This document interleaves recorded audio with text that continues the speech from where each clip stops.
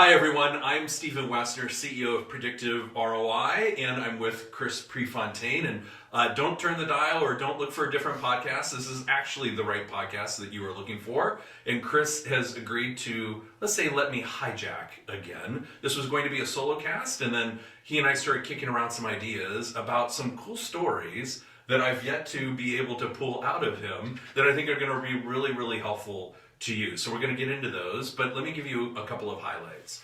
First, you've heard Chris and team and family talk about stacking. You've heard Chris and I talk about stacking, but there's a story in there that he's not yet shared, and that's what's really, really cool is that as we continue to peel the onion and think about telling stories and really getting into the why of a particular business or situation or story, why we're doing a certain thing, we discover those new layers. And one of those layers we're going to talk about during this conversation. And then you've probably heard a little bit of the celebration around Inc. 5000 is more than an award or an award. It's very hard to get, and we're going to talk about why that was important for Chris and family to actually go through that process. It is not an easy process, and it doesn't happen by happenstance. So we'll talk a little bit about that. And then actually during a recent strategy session, we uncovered some success attributes, some indicators or maybe precursors of what helps somebody be successful in this type of business. And we're going to talk through those too, because that's going to lead to probably some ahas for you. So with that said, Chris, welcome to the Smart Real Estate Welcome to your show. Thank you. And thank you again for letting me do this. Hijacking is always fun. It's fun. Yeah, indeed. So let's do a rewind to, I'm sure all of your community are very familiar with the 2008-2009 debacle. Yeah. Let's do a slight fast forward to 2012 and 2013, and specifically between February of 12 and August of 13. In August of 13, just again to set some foundation, is when Chris started doing deals and really started building out this model. So let's talk about that gap between February 12 and August 13 and what you were thinking through. Sure. So February of 12 was, okay, I got an itch to do something again in real estate. And Kim saying, what, a little nudge because she knows that was my passion always. But I wasn't there mentally yet from the brain deadness of the crash. So 12 was, okay, I remember I bought a website, a cheap one, I had to have something. I remember I got a automated voice line, so I didn't have to have a physical phone, electronic online. And then I started educating myself, or re-educating myself about the terms and started getting my foundation again. But it wasn't until, as you just alluded to, more than a year to actually do the first deal and then charge at it. So why do you think it took, 16 months maybe-ish? So why do you think it took 16 months to get whether it's mindset, whether it's foundation, whether it's knowledge, what were you putting into place? A couple things. So one was mindset, no doubt. But the other piece was okay, I have a bunch of things going on. I was making some money. I was speaking. So I had to wind that down. That was the only legit thing. The rest was up here. Okay. And so in theory, I could have started right away. But that was I was telling myself, hey, you have time. You have to wind this down. But it was mental. Can I do it after getting beat up? Should I do it after getting beat up? Imposter syndrome, everything. Okay, so let's use your stacking metaphor. Mm-hmm. So if you're thinking about it through the lens of stacking, or looking at it through the lens of stacking, were there a couple of things, or maybe 3 or 4 things, that you needed to stack on top of one another that would have contributed to the success of doing the first deal? And was the first deal in August of 13? Mm-hmm. Oh yeah. Okay. That I remember. What were some of those things that you stacked together? Well, so going in order, like the website. So website, phone system, that's easy. But then it was, okay, let's acclimate to the terms deals. Like I knew of them, but why didn't I do them all those years, right? Okay. So I started going online, literally, on YouTube and whatnot, and getting as much as I could about lease purchase, owner financing. I didn't do much in sub 2 back then. I just wanted to know the lease purchase and the owner financing were key. And just again, it was a reacclimation and getting the vernacular down again, like and getting into real estate again, because it was 4 years to that month, coincidentally, that I didn't really touch anything other than wind down things. Okay, so let me give that back to you, make sure I'm tracking with you. So it sounded like some of the basic foundational things like website, phone line, and so forth. But it sounds like a lot of it was education related. Well, yeah, the website and phone line were like, half an hour on one day when I said, Sure. maybe I'll do this again. Then it was all that. Okay, so that reminds me of something that we talked about yesterday, which blew my mind. Which piece? The historical piece, like how long-term deals have been around. So I was saying for the longest time, probably the last 3 years, after I read a book when I was in Vermont that had some of like Carnegie and Rockefellers, and they were talking about lease purchases and master leases in the 1800s. So I've been screaming that this isn't new. We just made a system in 3 paydays and did all this on our own. And then recently I was reading the Vanderbilt book and how they did this terms basically in New York City before there was banks. 1600s. 1600s. Holy bananas. That's not a plug for the book, but it's a cool book. Very cool book. Okay, so the fact that it has been around for 400 plus years, right? And it's not new. Right. So when you read that, what did you think right away? My knee jerk was just, okay, good. I thought it was 1800s. I can go even further back, but it's time tested is an understatement. They literally next to Wall Street were selling each other homes, and they did some bartering then too, right? Obviously, but they were leases and owner financing in place. That's fascinating. I had no idea. Like you had told me before about the 1800s piece. Yeah. So yesterday when you shared that with me, and I'm a little bit of a history buff like you, thought, oh my gosh. So really, when you think about that, hundreds and hundreds and hundreds and hundreds of years. Yeah. That this is, using your words, time tested, proven. Yeah. So when a student says or a seller says, oh, I never heard of that, or I'm not sure about it, really, you can go back 400 years, you're okay. It's going to work fine. Okay, but even still, like when you were making that presentation in, I think, Philadelphia, True. Right? And there were, people filled the room that were super experienced, decades of experience in real estate, and you're sharing the strategies, and it sounded new to many of them, right? Yeah, there was a gentleman there, the head of the RIA, right before COVID, raised his hand, unsolicited, and said, listen, I've been at this for 21 years. I've done every niche really that you can do in real estate, as has the club members, and I've never seen this quite put together like this. Like, I'm sure he's heard of lease purchase. I'm sure he's heard of owner financing, but I don't think in the 1600s the Vanderbilts were talking about 3 paydays. I'm pretty sure they weren't. I think they just wanted their house. They probably would have liked the 3 payday system. Yeah, I bet. Okay, so let's go back to now August of 13. Deal number 1. Now you probably weren't thinking necessarily stacking, like literally thinking that I just stack these things, or maybe were you? No, not consciously. I don't think so. I don't think it was conscious. No. Okay, so then between the time period, let's see if I have this right. I think we've talked about this before. August of 13 to December 13, so same year. Yeah. 13 deals. 13. Okay, so let's break that down a little bit, and let's put it into the lens or framework, if you will, of stacking. Sure. So how did one build on the other, if they did? They did, sort of, because we do different deals, but one of them is called a sign out, and it's only 1 payday. And this is how the paydays evolve. And I knew of the other ways to stay in the deal, stay in it long term, not just I got a check, I'm gone. That's the old way of real estate, I call it. So once I did that first deal, which was a nice check, I think it was like 12 or 13 grand as I recall. Then I said, oh, that stuff I heard that you can actually stay in a deal might be better. And then, so I did a bunch of those 1-check deals, and then the 13th deal was the first one I stayed in. It was a confidence thing.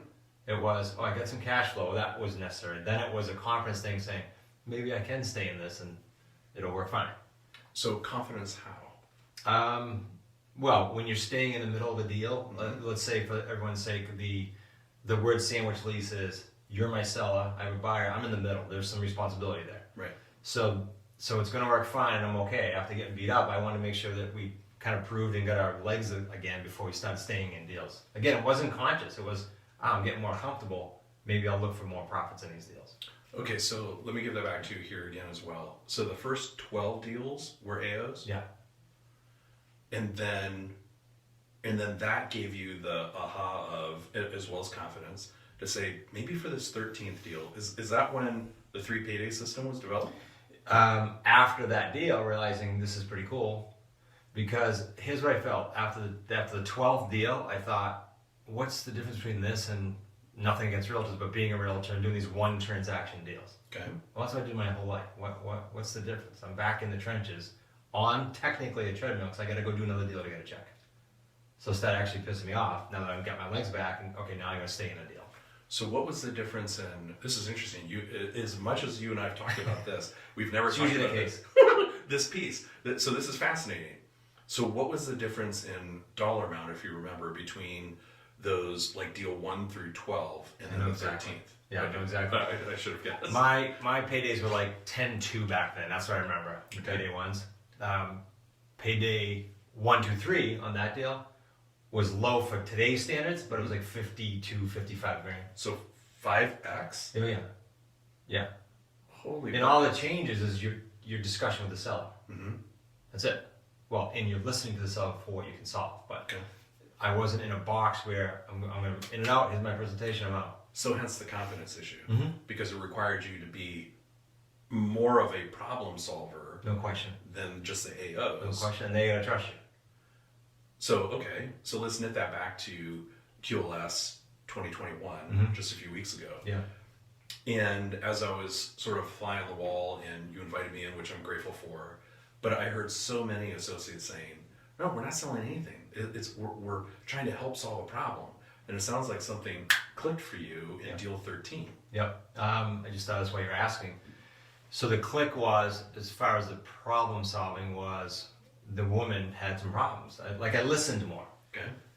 Divorce, was on the market, couldn't sell. And this is a seller. It's a seller. Okay. Divorce, was already on once, so what's called an expired listing, it came off for the realtor. I gotta go to Florida. Winter's here. I don't have money to do both. Like, she had like 5 things. And the sandwich lease solved it. Could I have presented the AO and just got her out of it? Yeah, she probably would have figured life out and got to Florida. But she got to Florida with confidence because it just made all those work. And would she have made more or less the same in an AO versus the deal you Yeah, structured? good question. She would have made the same because there was no equity. That's why. Like, some of these deals have equity, some of them free and clear. This woman, by the time she paid a realtor, would have gotten 0. And so I gave her that number as if she did get it from the realtor. That's usually the discussion. Okay. What if you were to sell? You were going to do what? Well, I was just going to break even, or maybe come out of pocket. Okay, I'll just take it for what's over. That was that discussion, but there's a myriad of different things that could. Well, but that did solve the problem. That relieved stress. She got the number she wanted. Right. Right. And then she was able to move on. Right.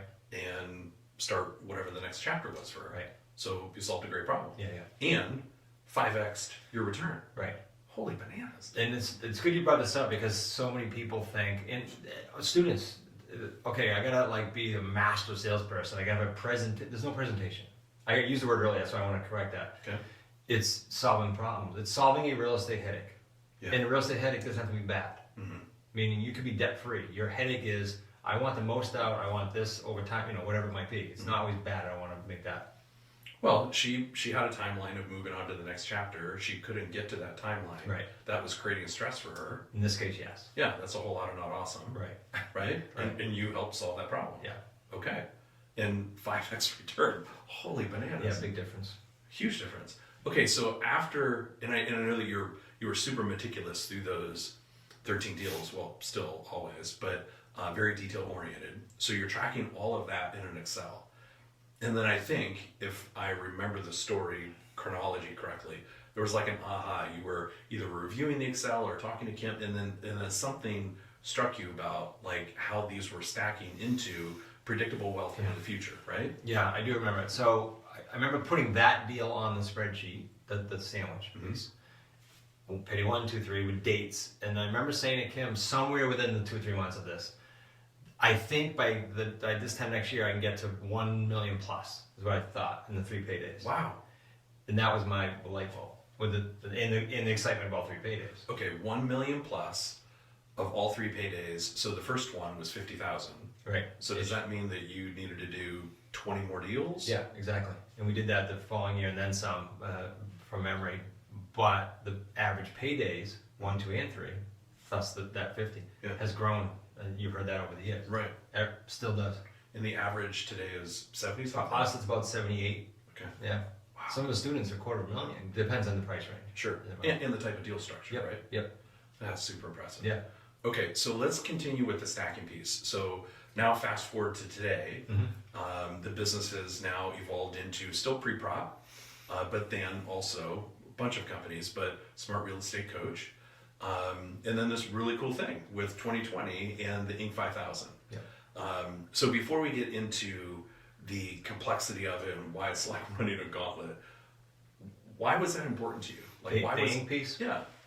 There's and we were talking about this recently, and there's a annoyance that I have about the real estate industry. So there's two things here that come to mind. One is there are so many people in the industry, teachers, educators, that don't give a rat's behind if you ever as a student go do a deal. They do care if you buy the product. And they are, some of them, and I'm not shooting arrows at any one person, it's not important. The concept is rampant in the industry, and that is, I'm a good marketer, I can sell product, I don't really care if you go do a deal. And so there's no execution, there's no hand holding, and all these sounds good in the seminar. This is A, B, C, D, get you this big check. Great, awesome. I go out in the real world and I go, wow, I didn't know these 10 things are gonna hit me. So we call it, bridging the gap. And that piece annoyed me. So Inc. 5000 was just one of the many pieces of the puzzle that I said, we're different. We need to scream from the rooftops that we're different. Not just say, because people, yeah. That's what they all say on their marketing video. Okay, so you and I have never talked about this before. I wonder if this played into it. The people who you just described, so Eric and I, my business partner, Predictive, who you know very well, he and I would describe those charlatans. I'll use that word. Yep. I know you didn't use that word. I'll say charlatans. They don't really have a business. They're great marketers. They sell a thing. Right. Your business is so dramatically different because you're actually in the trenches. One, you own 17 companies, I think, if I have that number right. Yeah, roughly. And the fact that you're in the business, you're in the day-to-day, you are slinging the same mud as your associates, you actually have a business. Inc. 5000 validated that. Is there any of that in there for you too? Yeah. It's in there. Like today, if this is to your point, this morning before you came in, I had a settlement statement to review, I had negotiations to do, and I had seller calls to do on behalf of students, not me. So it's current stuff, and here's why that's important. And I think it goes to Inc. 5000. You can tell me if you want to go deeper. And that is, as we do these deals, things change rapidly. Like when COVID hit, it's a different market. Period. There's some comparison, but it's dramatically different. Okay. And so for us to be in the trenches is super, super important. And yeah, I think Inc. 5000 validates some of that. I would think so. Yeah, and it's not easy to get. So for those of you who are watching, who maybe you've experimented with the process before, maybe you've thought about going down that path before, it isn't easy. Inc. makes it sort of complicated to find out how to even enter. And I think they do that because they don't want everybody entering. That's my own hypothesis. Nobody from Inc. magazine has said that to me. But it's complicated too. The financial review, it's almost like being audited. In fact, we could say that it's being audited because you have to do a full financial review, don't you? Yeah, our CFO he would hit me like every 2 or 3 days, if not more, and say, I need this metric, I need this, can I talk to your CPA, I gotta get it. It's a mini audit. Yeah, and so for a company to receive Inc. 5000, nobody from Inc. magazine is just showing up on your doorstep one day and say, surprise, you won Inc. 5000. It is a very deliberate and intentional process. Yeah, it's not a membership. I say that because there are a bunch of quote-unquote associations and memberships that as long as you scratch a check to them, right, they're quite happy. Right, and you get an award. Yeah, this has nothing to do with it. Nothing to do with it. Yeah, you cannot write a check to Inc. 5000 or to Inc. and say, could I be on that list? Can I be in? Yeah, it doesn't work that way. Okay, so let's do kind of knitting these first two chunks together. So we went back from February 12 or to February 12 and talked February 12 to August 12 or August of 2013 and the things that you stacked into place. Then that gave you, I use sort of my adjective, some jet fuel into the balance of 2013 where you did 13 deals. And then on that 13th deal, it's like, holy bananas, the way that I structure this, now that I have the confidence of doing this, that then gave you the 3 payday system, really etched out this business model that you could then perfect with pre-prop. And now you've been stacking advances over the years, culminating in 2020, the year of COVID, by the way, of receiving this prestigious award that nobody else in your industry has. Not to my knowledge. It's amazing stacking. Yeah. Amazing stacking. Thank you. Yeah, it's super, super awesome. Let's talk a little bit about success attributes. It is a way to stack those onto some of these pieces too. If somebody's thinking that I'm in February of 2012, like I'm just at that early stage. Yeah. What do I need? Who do I need to become, like Chris did to himself? Mm-hmm. What do I need to do in order to experience a deal like the one in August of 2013, or that stretch of 13 deals? So let's talk about that. We mapped some of those out yesterday, and there were some cool ahas. Yeah. One of those was discipline. Mm-hmm. Why do you think discipline made the list yesterday? I've told my kids this. I don't think I've said this way to you either. I've told my kids since as little as they could, probably little that they could understand. If you have discipline, you can succeed in anything. Mm-hmm. I truly believe that. One of the many things. We can talk about those later, but I just think that discipline is key, especially when you're starting something new. What you do today is easier tomorrow if you do it today. It's just a little bit of a discipline and a momentum. So I can make some assumptions, but when you look back on that stretch of August 2013 to December 2013, would you say that you were disciplined?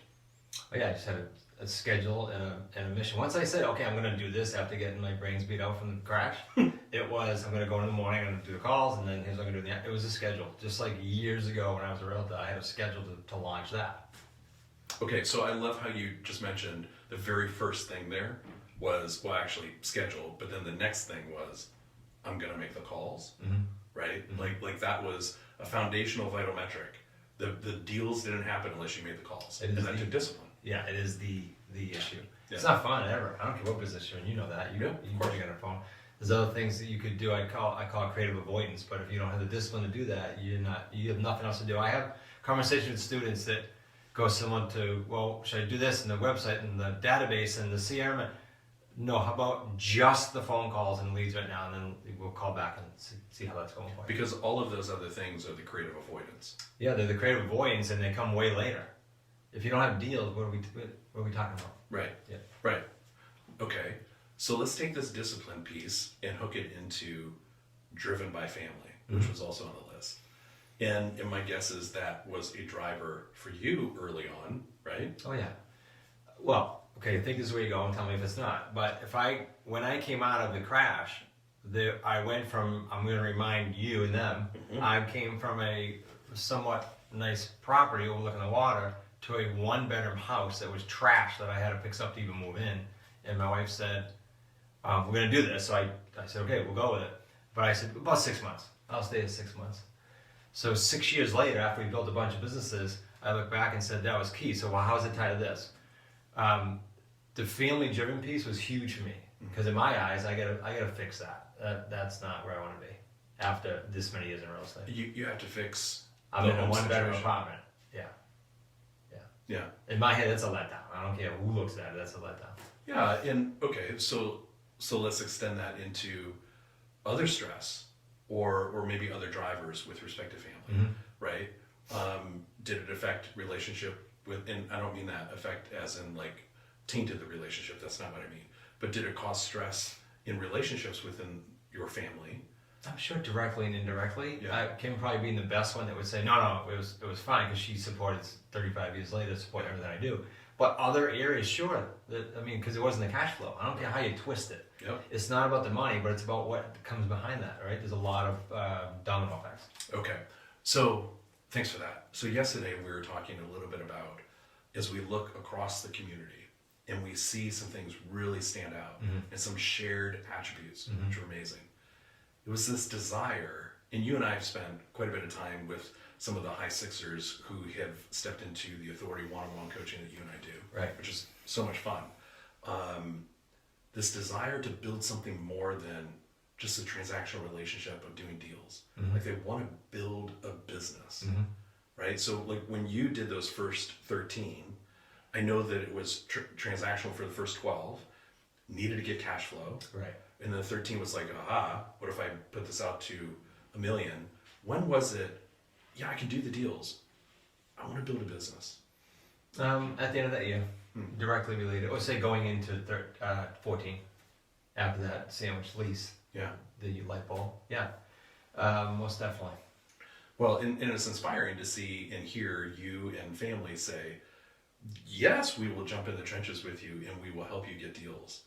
But more importantly, I don't want to say more importantly because the deals are certainly important. That's what makes the business run. But we're going to help you build a business to do those things. Yeah. It's not that it's a bad thing if someone's watching or listening and says, I do 3 deals, I'm fine. Because they're very lucrative deals. Sure. But to your point, it tends to gravitate towards our community. Hey, this is really cool if I can build a business, and this is really cool if I can help my family, and this is really cool if I can have a legacy that I can leave. These things seem to be popping up left and right. Do you think it's coincidence that so many of the people that you're attracting into this community have either run a business before, they've been in a family that had a business before, they have some sort of tangential connection to a business being run. They've seen sort of the witnessed it. Right, yeah. Do you think that's a coincidence? I don't think it's coincidence. I think people like people that are like them, right? Sure. Sometimes it's unconscious. Like I'll be hanging out with someone and go, oh, that's cool. Like all these things are the same. Yeah. It's not coincidence. That's funny. Okay, so then that leads me to the other coincidence that's not a coincidence, right? So let's go back to February of 12. After you got, the kind of the basic foundational kind of things done that you mentioned, you immediately went into education mode.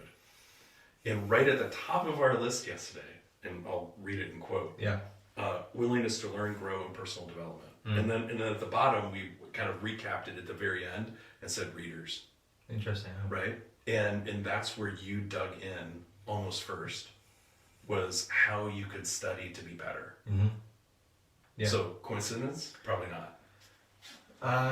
No, I don't think anything is. So I'm going to say no every time you say the word coincidence. I'm going to change that word up. But it's not a coincidence that that's the type of person that's attracted. I think in real estate, if you're not constantly doing that, you're almost drifting backwards because the market changes so rapidly, especially with COVID.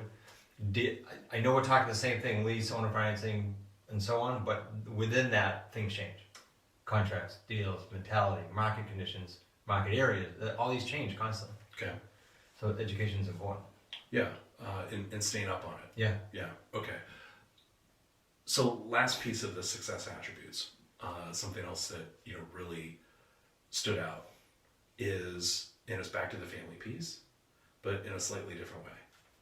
So yesterday you had shared with me, look, our community, yes, they want to do deals. Yes, they want to build a business. Yes, they're avid learners and they're hungry for the new knowledge and all of that. And certainly they're disciplined to do the things like the calls and all of that. But it's also not just about them, that they're really looking to build a family legacy or a legacy for their family and in generational wealth. So does that hook back to the Excel that I could do 20 deals and I could make $1 million, and then putting all the 3 paydays together? So where does that come from? Because it seems so prevalent with your community. Again, let me see if this answers it. Tell me if not. I think there's 2 or 3 things that come to mind there. One, yes, money comes into play. They go, oh, it's cool. This will live now longer. They get to taste like the 3 paydays aren't check today. The checks all over the place once you start stacking them all throughout. So that's one. Second is, I always say, people say, what's your why? I say it's to make the money, not for the money, but for what the experience that can be created with the money. Money can't buy. So it's like okay, well that's what some of these students are screaming about. Oh, I can spend more time with my kids. I can spend more time with my wife. That comes into play. And then of course she has the legacy to leave. Amazing. Okay, so I know we covered a lot. Before we go, before we close out and say goodbye, normally we've not been able to do this in person before, so this is amazing. This is better. Any final advice, any final recommendations that you'd like to share? I just, what comes to mind, and again, I always say, I don't know if this is where you're going, but what comes to mind for me is the imposter syndrome, which you and I talk about all the time. Because they'll hear this, I don't care what we say, some people will say, well, but I don't think I can. And so here's what I would say, and I've said this a lot. Whether it's real estate or not, I'm not so naive to think our niche is the only niche. There's a lot of great niches. I have a lot of great friends that do other things and they think that their thing is the best. But if you pick a niche, first of all, pick a niche you can get behind and be passionate about, or else it won't last. Second of all, pick a person, community, or group. Again, I'm not so naive to say it's only smart real estate coach. I mean, I'm biased to it, but and then third is the most important part because there are so many great niches. The third piece is the 36-month piece that I've been screaming about. Brian Tracy and others who've been on my show think it's longer, but I say the reason I say 3 years is if Stephen, you're a student and you say verbally and you commit verbally to 3 years, I know if the first speed bump comes up, you're not going to a different niche because it's a shiny object. Right. That's all. So I have no idea if that's where you're going with that question, but that's where I'm going. I think it's a great way to wrap it up with a bow. Cool. Okay, everyone. No matter how many notes you took, which I hope you took a bunch, or how often you go back and re-listen to Chris's words of wisdom, the key is you have to take action. You have to do exactly what he did in February of 2012 and then started putting those deals together. Well, first started doing the stacking, and then by August of 2013 was ready and started doing and did 13 deals in just 5 months. I think it was 5 months. Holy buckets. So thank you very much for letting me hijack. Thank you. It's always fun. And everyone, we have the same 86,400 seconds in a day. And so I am grateful that Chris gave me this time, that we could share that with you and hopefully provide some insights that are helpful. And we look forward to you taking action. And thank you very much again for Thank your you time. again.